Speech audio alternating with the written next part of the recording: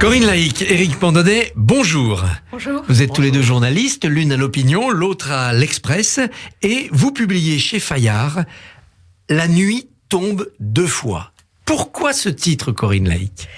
Parce que d'abord, c'est la première phrase de notre premier chapitre, et elle donne le ton au livre, c'est-à-dire que tous les jours, tous les soirs, plus exactement, Emmanuel Macron lit les notes qui lui remontent des services, renseignement territorial, DGSI, et qui lui racontent tous les faits divers, tous les risques d'attentats déjoués, tout ce qui s'est passé dans le pays au niveau de la sécurité. C'est un moment un peu solennel, c'est la nuit, donc la nuit tombe au sens physique du terme, et elle tombe aussi au sens métaphorique, parce que ce qu'il lit lui fait remonter la noirceur humaine, des actes de violence, des histoires assez sordides comme des viols de grand-mère, et c'est ainsi qu'il rentre de plein pied dans son métier de président de la République. Éric Pandonnet, cette confrontation à la face sombre de la vie française, est-ce que ça a changé le président Macron en 5 ans ? Ça l'a forcément changé, et lui-même le reconnaît, et il l'a dit notamment en évoquant la question du séparatisme. Sa grille de lecture de la société française était très éloignée parce qu'il vient d'un univers intellectuel presque très éloigné, et qu'il a été confronté à la réalité du terrain. Certaines visites sur le terrain l'ont marqué. Alors ça se joue notamment à Maubeuge le 8 novembre 2018 dans une école. Absolument, il déjeune avec le personnel de cette école, et notamment la directrice, qui lui raconte des scènes édifiantes comme cette famille qui va à l'école. Le garçon est avec son papa dans la voiture pendant que la fille marche à côté, portant le cartable de son frère. De son frère. Ce sont ces enfants à qui l'on interdit d'écouter de la musique, bouge-toi les oreilles. Ce sont cette vie à côté de la République. Et ce qui frappe beaucoup la directrice, qui le raconte à Emmanuel Macron, c'est que les phénomènes les plus inquiétants ne sont pas forcément les phénomènes les plus violents. C'est une autre organisation de la société en marge de la République qui donnera lieu à cette expression de séparatisme. Et Emmanuel Macron rentrera de cette visite à Maubeuge en étant sur le cul. Ce sont les mots d'une conseillère d'Emmanuel Macron. Ils sont tous ébahis de voir les dérives de la société française, et sans doute n'était-il pas complètement prêt à appréhender cette évolution. Il lit aussi tous les soirs une note qu'on lui envoie sur les 15 quartiers qui ont envoyé des djihadistes au Moyen-Orient. C'est une confidence que vous fait Laurent Nunez, qui est très actif contre le terrorisme au ministère de l'Intérieur puis à la DGSI. Est-ce que le président de la République, là-dessus, aussi a monté la garde ? Ah oui, complètement. On peut dire qu'il a vraiment pris conscience de l'importance de la montée de l'islamisme, de la radicalisation, et qu'il a mis en place une organisation destinée à repérer les faits de radicalisation pouvant donner lieu à terrorisme.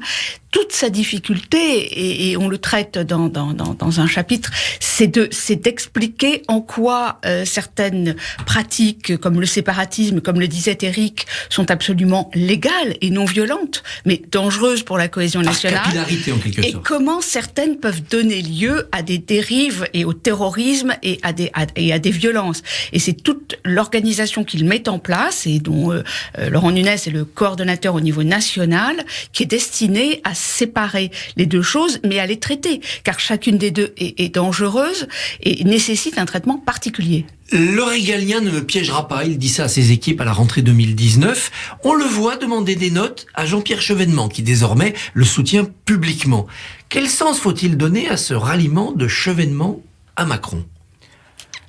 La politique n'est évidemment jamais loin avec Emmanuel Macron. Il a compris dès la campagne comment le régalien pouvait l'aider à présidentialiser sa démarche. Même si c'était un point faible, mais il le comprend assez tôt. Et ensuite, tout au long de son quinquennat, il ne veut pas être pris en flagrant défaut de naïveté, pour reprendre l'expression de Lionel Jospin en 2002, qui affichait un bilan économique satisfaisant, dont il pensait, Lionel Jospin, qu'il suffirait à assurer sa victoire à la présidentielle. Et Chevènement offre une caution de gauche sur ce sujet-là. Voilà. Ça compense la dérive ou le déplacement vers la droite, c'est-à-dire on commence avec Gérard Collomb, on finit avec Gérald Darmanin à l'intérieur. Darmanin qui dit, vous le citez, les Français veulent moins d'impôts et moins d'Arabes. Ça ne compense pas. Emmanuel Macron essaye de tenir les deux bouts et c'est l'une des difficultés auxquelles il est confronté dans son quinquennat.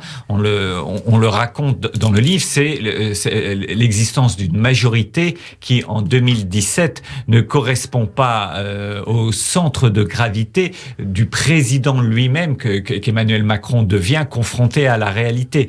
Et la majorité va avoir du mal à accepter le nouvel Emmanuel Macron. L'exemple sans doute le plus flagrant, c'est lorsque Emmanuel Macron établit un lien, après notamment l'attentat de Nice, établit un lien entre immigration et terrorisme. Là, toute la majorité, et on peut dire tous les ministres venus de la Macronie historique, s'ils n'en disent mot publiquement, sont presque tétanisés. Mais il n'y a pas de frondeur. Ils se tiennent à carreau, il n'y a pas de frondeur dans ce quinquennat. La majorité est tenue. Il n'y a pas de frondeur, les lois sont votées, notamment la loi Asile et Migration, mais c'est une bataille permanente. C'est un sujet d'affaiblissement pour Gérard Collomb, qui ne se sent pas assez soutenu, qui doit batailler ferme contre certains députés. Et c'est aussi une expression du en même temps misme du président de la République, qui a nommé Gérard Collomb pour mener une politique relativement dure en matière d'asile et d'immigration, mais qui en même temps continue à écouter d'autres voix. Donc c'est pas un empêchement, c'est un frein et une complication. Autre problème de sécurité rencontré par le président dans son quinquennat, les gilets jaunes. Vous dites que le président a une dette gilets jaunes envers les policiers. Est-il l'otage des policiers ? Clairement, son regard sur ce corps social qu'est la police, un corps social qu'il ne connaissait pas du tout par ses activités antérieures, jamais il n'avait été confronté à la problématique policière, et cette crise des gilets jaunes va modifier son regard, et du coup d'ailleurs va l'amener à avoir parfois des démarches qu'il n'aurait pas eues.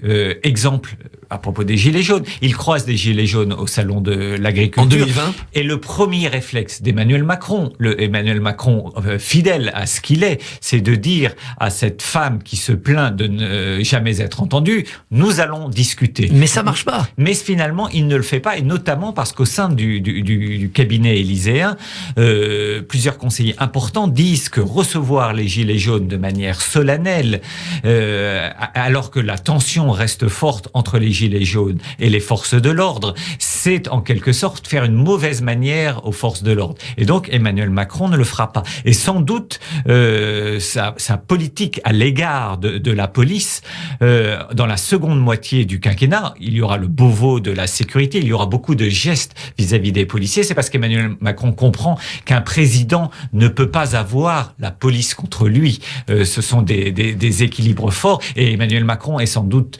l'un des épisodes qui va le plus marquer Emmanuel Macron durant tout ce quinquennat, c'est évidemment la crise des Gilets jaunes, parce qu'il lui-même est au cœur de cette violence. On l'a vu en Haute-Loire, la visite du Puy le montre. Il n'y a pas qu'avec eux que le dialogue est difficile. Ça, c'est une question pour vous, Corinne Laïc.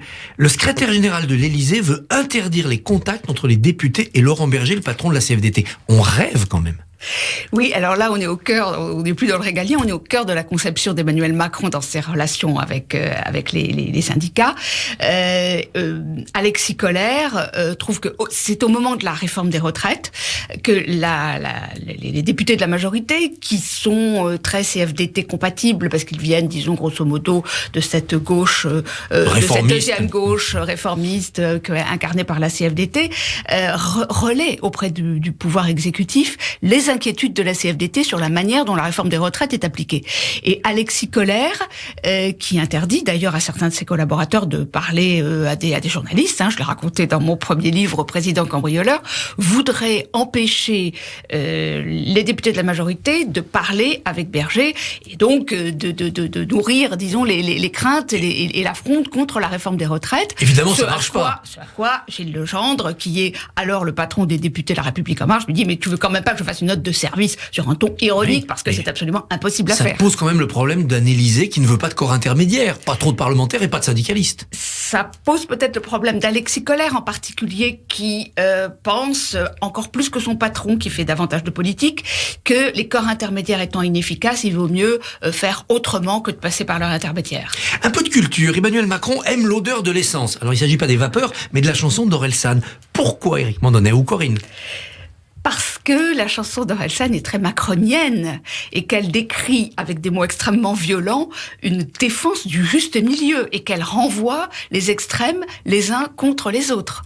Mais c'est une chanson du rejet de la politique aussi, et de la défiance. C'est une chanson du rejet de la politique, de la défiance et du rejet du mode de scrutin. C'est très important, du mode de scrutin présidentiel, parce que Orelsan fait en quelques mots l'analyse de la structure politique française, à savoir qu'il suffit d'avoir un quart des voix au premier tour pour être élu président de la République, avec les 3/4 des Français contre soi. Mais Emmanuel Macron, qui a écouté cette chanson parce que c'est un de ses conseillers qui la lui a envoyée, a ignoré ce côté peut-être négatif pour n'en retenir que l'analyse de fond qui est un peu la sienne et dans laquelle il se reconnaît. François Bayrou raconte une conversation avec Jacques Chirac. Jacques Chirac qui ravalait la place des idées en politique, et Bayrou n'est pas de cet avis. Est-ce que Macron finalement n'est pas l'anti-Chirac, l'homme qui a peut-être mis les idées trop en avant plutôt que l'action ?